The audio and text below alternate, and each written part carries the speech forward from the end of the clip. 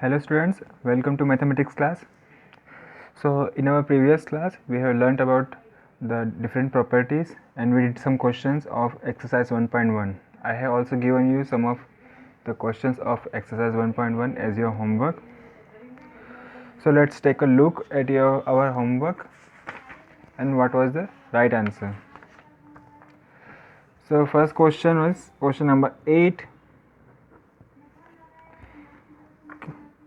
Question number 8 of third part, which is 3 by 7 multiplied by 2 by 5 multiplied by 4 by 9 equals to 3 by 7 2 by 5.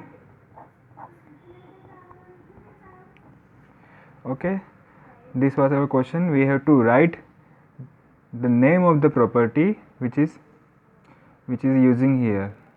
Okay, in under the multiplication.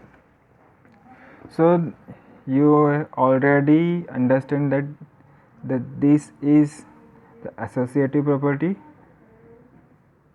So you have to write it associative property here. Then similarly the fourth one, t minus 13 by 9 multiply with 4 by 7 gives you 4 by 7 multiply minus 13 by 9. So this is simply commutative property.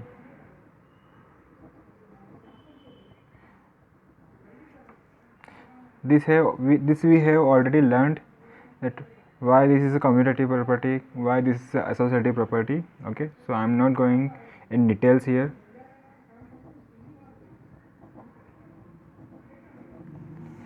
Then we have question number 9, in which you have to name the property which is using under the addition.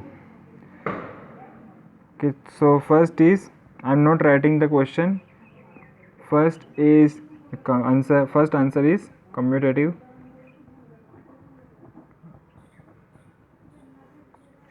Okay, then second we have minus 7 plus 2 equals to minus 5, an integer.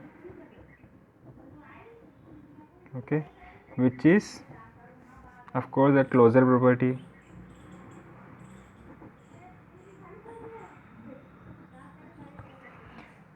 Then third part is minus 7 by 5 plus 0 equals to 0 plus minus 7 by 5. So it is the additive identity, not commutative.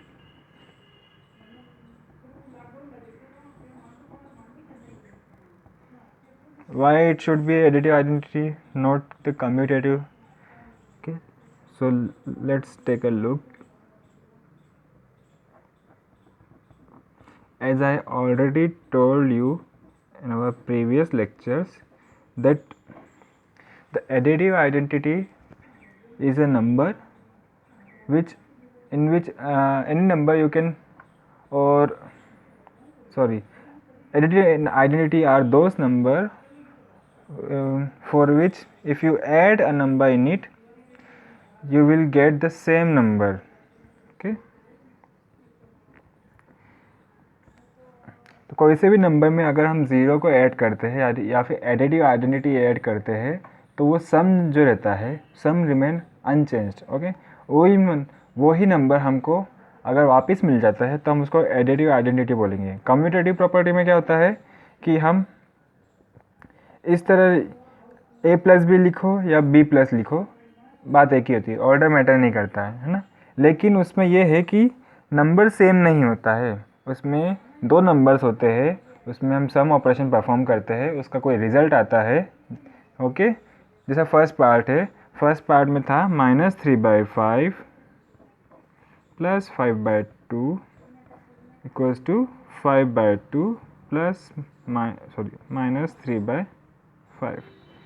तो यहाँ पे मैंने जो सम operation perform किया, सम operation perform करने के बाद मुझे कोई दूसरा नंबर मिला है. ठीक है, लेकिन यहाँ पे एडिटिव आइडेंटिटी जो थर्ड क्वेश्चन है, थर्ड पार्ट है, माइनस 7 बाई 5 प्लस 0 ऐड करने पे मेरे को वापस वही नंबर मिल रहा है ना. तो जैसा हमने अभी तक पिछली लेक्चर्स में देखा है कि एक किसी भी नंबर में अगर एक ऐसा नंबर ऐड करें कि ऐड करने पे हमको वापस वही नंबर मिले, तो हम उस नंबर को एडिटिव आइडेंटिटी बोलते हैं। तो यहाँ पे ज़ीरो जो हो वो इसलिए एडिटिव आइडेंटिटी है। ओके, तो यहाँ पे ये पूरा जो यहाँ पे जो इक्वेशन लिखी है इसमें एडिटिव आइडेंटिटी प्रॉपर्टी यूज़ होगी। Okay, then the fourth is 4/9 plus 3/5 plus -1/7 equals 4/9 plus 3/5 plus -1/7. So this should be the associative property.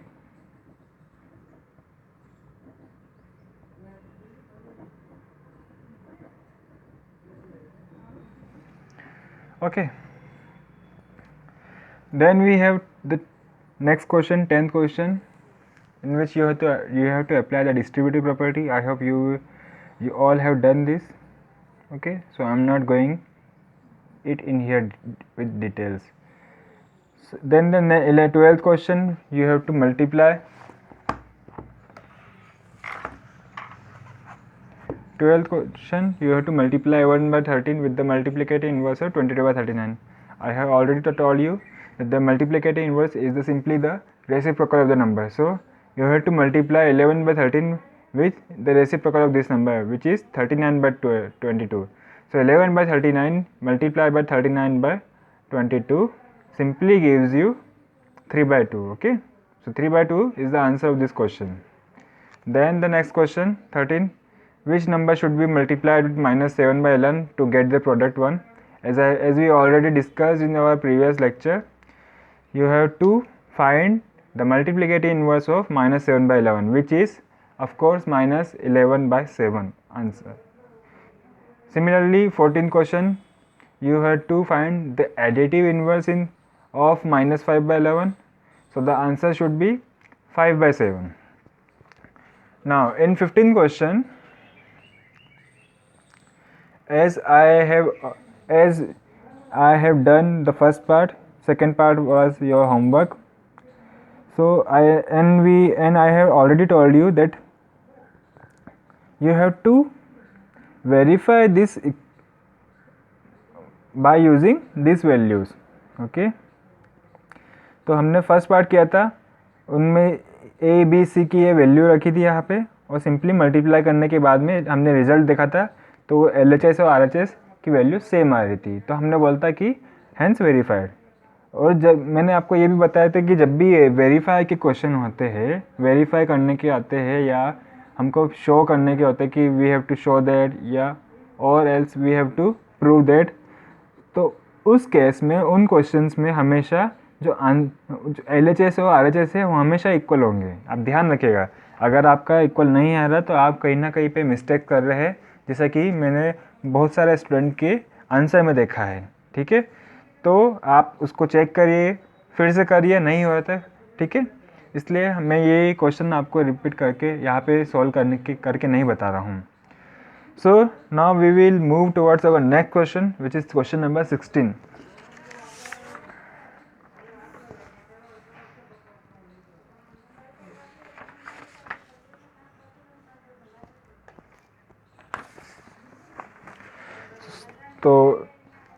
So first we will read it out. What is the question number 16? For the following values of A, B and C, verify that A multiply B plus C equals to A multiply B plus A multiply by C. Okay, तो अब अगर हम यहाँ पे देखेंगे तो A multiply B plus B plus C equals to A multiply by B, A multiply by C. तो पहले मैं लिख लेता हूँ क्या है ये हमको कौन सी इक्वेशन को वेरीफाई करना है, तो हमको इस इक्वेशन को वेरीफाई करना है। ठीक है, तो जैसा कि आप भी देख के समझ गए होंगे that this is the distributive property. Okay,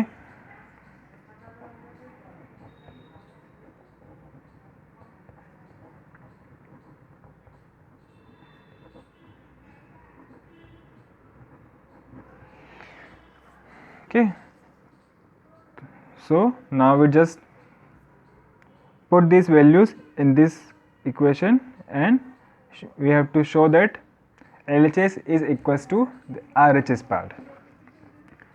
Okay, so let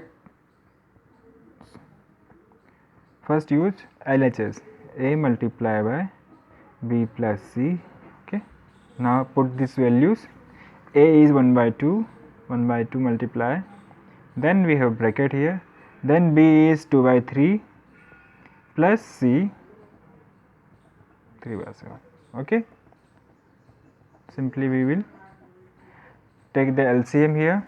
LCM is going to be 21, 14 plus 9, okay, which is equals to 1 by 2. 14 plus 9 gives me 23 by 21, which is equals to 23 by 42.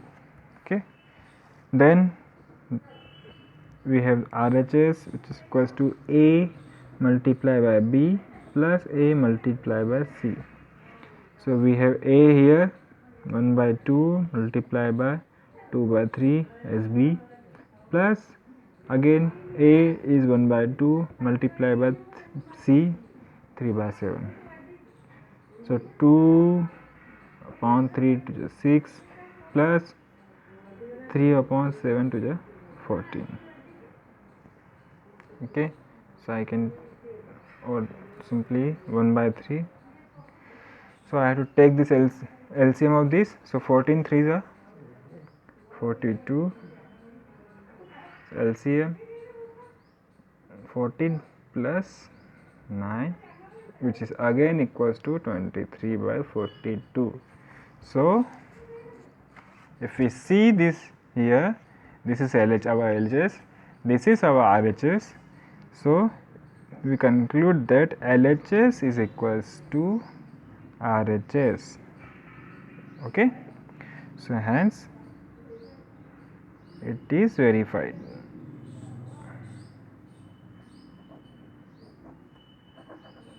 So this is our answer. Okay, we have to just verify it. Verify मतलब क्या है कि हमको बस यहाँ पे जो value है, इन वैल्यूज़ को इस इक्वेशन में रखना है और देखना है कि ये LHS और RHS सेम आ रहे हैं कि नहीं आ रहे. ठीक है, so this was our first part. The second part will be your homework. Now the next question is the 17th question, which is the fill in the blanks. Okay, and the next question, 18th question, is the true or false. Okay, so I will leave these two questions as your homework. Okay, so then we will move towards our next topic, which is the representation of rational number on a number line. ठीक है, अभी तक हमने rational numbers में जितना भी अभी तक हमने पढ़ा है, हमने अभी तक उसकी रैशनल नंबर्स क्या होते हैं हमने ये देखा अभी तक. फिर रैशनल नंबर्स के बाद में हमने डिफरेंट प्रॉपर्टीज़ देखी कि रैशनल नंबर्स में कौन कौन सी प्रॉपर्टीज़ होती है, जैसे कि associative, closure property, commutative property और फिर लास्ट में जो डिस्ट्रीब्यूटिव प्रॉपर्टी.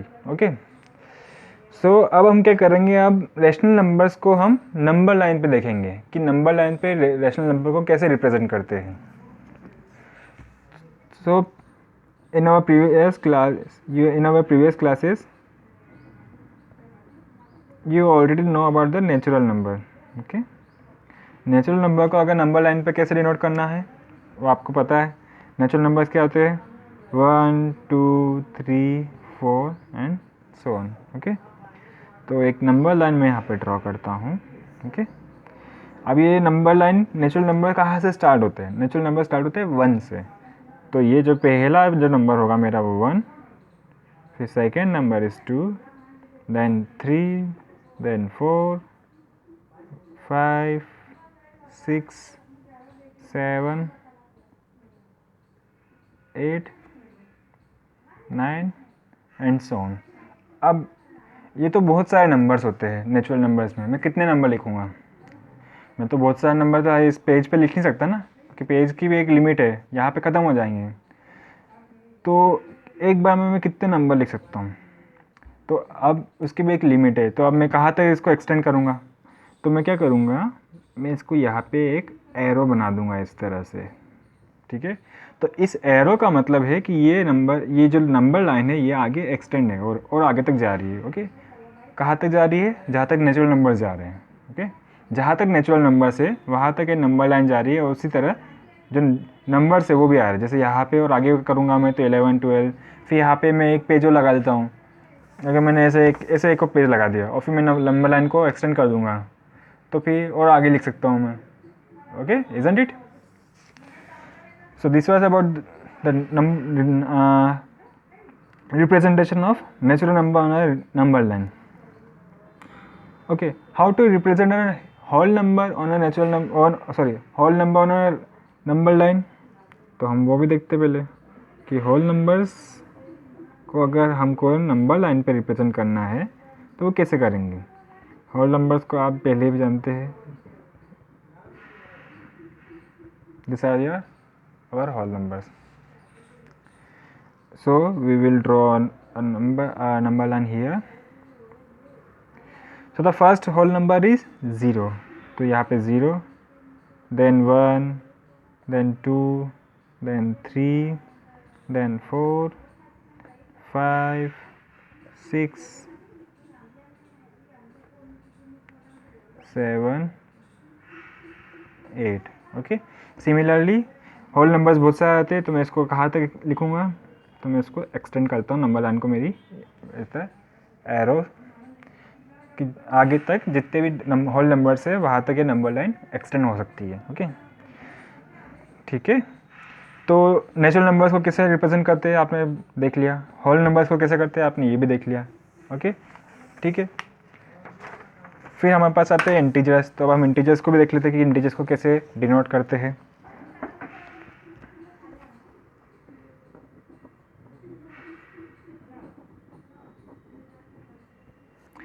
तो इंटीजर्स कौन कौन से नंबर होते हैं, इंटीजर्स नंबर होते हैं 0, 1, 2, 3, 4 एंड सो ऑन, ओके। बहुत सारे नंबर होते हैं पॉजिटिव। सिमिलरली इंटीजर्स में नेगेटिव नंबर भी आते हैं and so on, okay.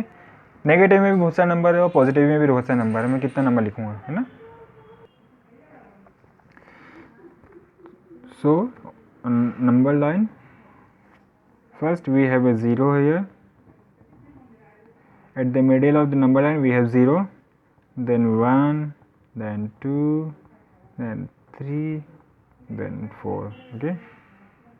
so 4 के आगे भी बहुत है, तो मैं यहाँ पे एक एरो लगा दूँगा कि ये नंबर लाइन एक्सटेंड कर रहे हैं हम जहाँ तक पॉजिटिव इंटीजर्स जा रहे हैं, ठीक है।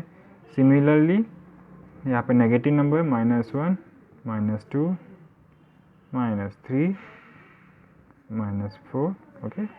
अब नेगेटिव नंबर्स को मैं कहाँ तक लिखूँगा, ओके। तो मैं यहाँ पे भी एक एरो कर दूँगा जहाँ तक नेगेटिव इंटीजर्स जा रहे हैं वहाँ तक ये नंबर लाइन एक्सटेंड हो सकती है, ओके।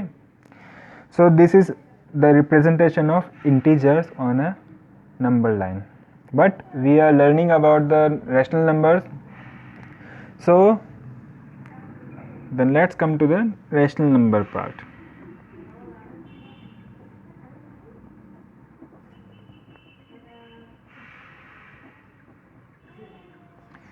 ओके, रैशनल नंबर्स हमको मालूम है कि हम उसको p/q के फॉर्म में लिखते हैं, ठीक है। 1 को अगर मेरे को लिखना है तो मैं 1 को 1/1 लिख सकता हूँ, 2/2 लिख सकता हूँ, 3/3 लिख सकता हूँ, 4/4 लिख सकता हूँ, ओके। तो ये रिप्रेजेंटेशन है 1 का रैशनल नंबर्स के फॉर्म में और p/q के फॉर्म में, ओके। तो अब रैशनल नंबर्स को अगर हमको नंबर लाइन पे डिनोट करना है तो सबसे पहले आपको ये सोचना चाहिए कि नंबर लाइन पे हम कैसे डिनोट कर सकते हैं रैशनल नंबर्स को। क्योंकि आप सोच रहे होंगे कि सर रैशनल नंबर्स तो फ्रैक्शन के फॉर्म में होते हैं, तो हम उसको नंबर लाइन पे कैसे डिनोट करेंगे। क्योंकि नंबर लाइन तो ये जो इंटीजर्स है, okay, whole number natural number integers में आ जाते हैं ना, मैं इंटीजर्स की बात करता हूँ। तो इंटीजर्स है वो सिर्फ वो 1 2 3 4 ये होते। हमने कभी नंबर लाइन में कभी 1/2 नहीं देखा, 3/4 नहीं देखा, है ना। तो वो इसलिए देखा क्योंकि हमने रेशनल नंबर्स को अभी तक नंबर लाइन पे डिनोट नहीं करा है, ठीक है। तो सबसे पहले मैं आपको एक एग्जांपल देता हूँ, फिर हम जाएंगे कि रेशनल नंबर्स को नंबर लाइन पे कैसे रिप्रेजेंट करेंगे। ओके, तो दो फ्रेंड है, ओके, इसका नाम है ए और इसका नाम है बी। ओके, ए का बर्थडे है, आपका भी सबका बर्थडे होता है, तो आप क्या करते हो, सब चॉकलेट्स बांटते हो, है ना। तो आज ए का बर्थडे है, तो बी ने ऐसे चॉकलेट मांगी, तो उसने चॉकलेट दे दी, ये उसके हाथ में ये चॉकलेट है। ओके, तो अब इस बी को, ए ने बी को चॉकलेट दे दी, उसके साथ में चॉकलेट देते हुए, बी को चॉकलेट देते हुए उसके दो फ्रेंड्स हो सी और डी ने देख लिया कि ए बी को चॉकलेट दे रहा है लेकिन हमको नहीं दे रहा है। तो वो ये जो सी और डी जो दो फ्रेंड है वो बी के पास गए, क्यों, कि भाई ए ने हमको तो चॉकलेट दी नहीं, प्रत्येक आपको दिए, तो हमको भी चॉकलेट चाहिए, इसी चॉकलेट में से चाहिए। तो बी ने क्या करा, ठीक है ले लो। तो ये जो चॉकलेट थी, है ना, सपोज इतनी बड़ी चॉकलेट थी, इतनी बड़ी तो नहीं होती है, होती होगी, डेयरी मिल्क मान लेते हैं, ठीक है, ये डेयरी मिल्क है। This is our chocolate given by a on his birthday to be. Okay, तो ये जो चॉकलेट थी इतनी बड़ी, सपोज इतनी बड़ी चॉकलेट है। अब इस चॉकलेट को मुझे, जो बी के पास है, अब बी को सी को भी देना है, डी को भी देना है और खुद को भी रखना है। तो मतलब इसी चॉकलेट को उसको 3 पार्ट्स में डिवाइड करना है, ताकि वो बी के पास भी आ जाए, सी के पास भी आ जाए और डी के पास भी आ जाए। अब क्या, अगर वो ज़्यादा पार्ट अगर खुद के पास में रखता है बी, तो सी और डी नाराज़ हो जाएंगे उससे, तो बोलेंगे नहीं मेरे को तो हमको बराबर का हिस्सा चाहिए, ठीक है। तो अब क्या करना है, बी को ये करना है कि इस जो चॉकलेट है उसको इक्वल इंटरवल्स में डिवाइड करना है, इक्वल इंटरवल्स में डिवाइड करना है और इक्वल सेगमेंट्स में।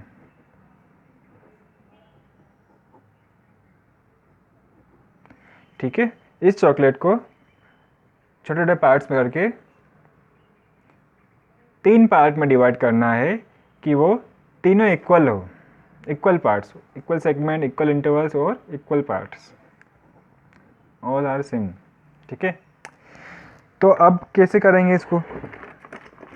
तो उन्होंने क्या करा, बी ने थोड़ा सा दिमाग लगाया, उसने क्या करा, स्केल ले ली, कि स्केल से इसका मेज़र कर लिया कि कितनी है। तो ये है 9 सेंटीमीटर ऑलमोस्ट। ओके, 9 सेंटीमीटर की चॉकलेट है। फिर अब 9 सेंटीमीटर की चॉकलेट है, उसको 3 पार्ट में डिवाइड करना है, तो 3 सेंटीमीटर, एक पार्ट में 3 सेंटीमीटर आएगा। ठीक है, तो बी ने, ए ने यही किया, ये 3 सेंटीमीटर, 6 सेंटीमीटर, ये 9 सेंटीमीटर। तो ये हो गया एक पार्ट, ये हो गया सेकेंड पार्ट। ओके, तो ये रख लिया बी ने, ये हो गया सी ने, ये हो गया डी ने। ओके, फेयर इनफ, तीनों इक्वल पार्ट्स, सब तीनों को सेम कंट्रीब्यूशन मिल गया। तो अब अगर मैं देखूंगा चॉकलेट मेरे पास, अब मैं जो देखूंगा तो ये जो चॉकलेट थी उसमें बी के पास कितना पोर्शन मिला।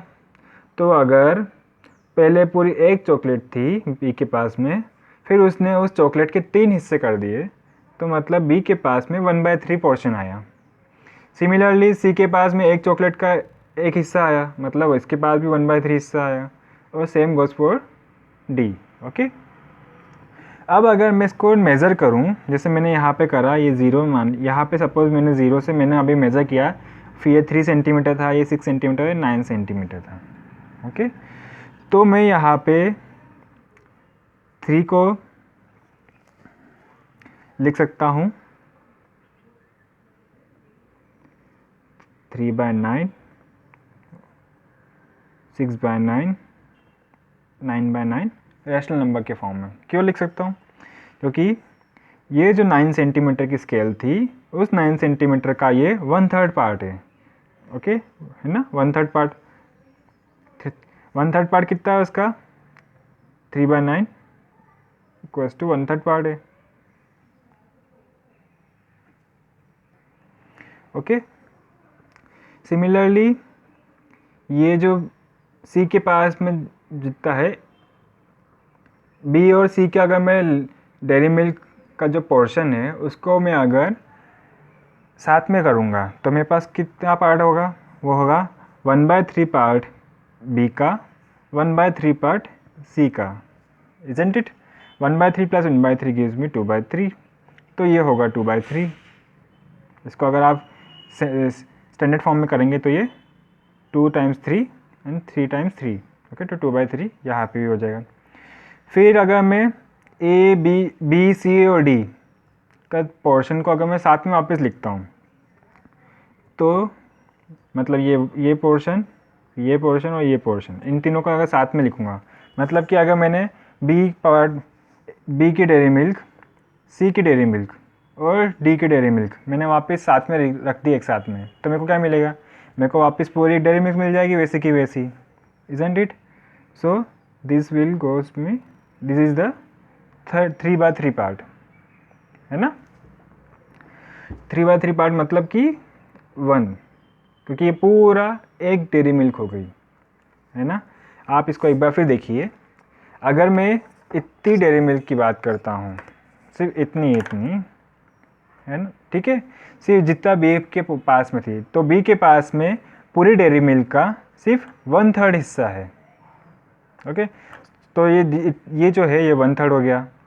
फिर अगर मैं बी और सी की डेयरी मिल्क को मैं साथ साथ लिख लेता हूँ कि अगर जो सी है, सी अपनी डेयरी मिल्क का पोर्शन बी को दे दे, तो बी के पास कितनी हो जाएगी? 1/3 प्लस 1/3, 1/3 पहले की थी और सी का 1/3, तो 2/3।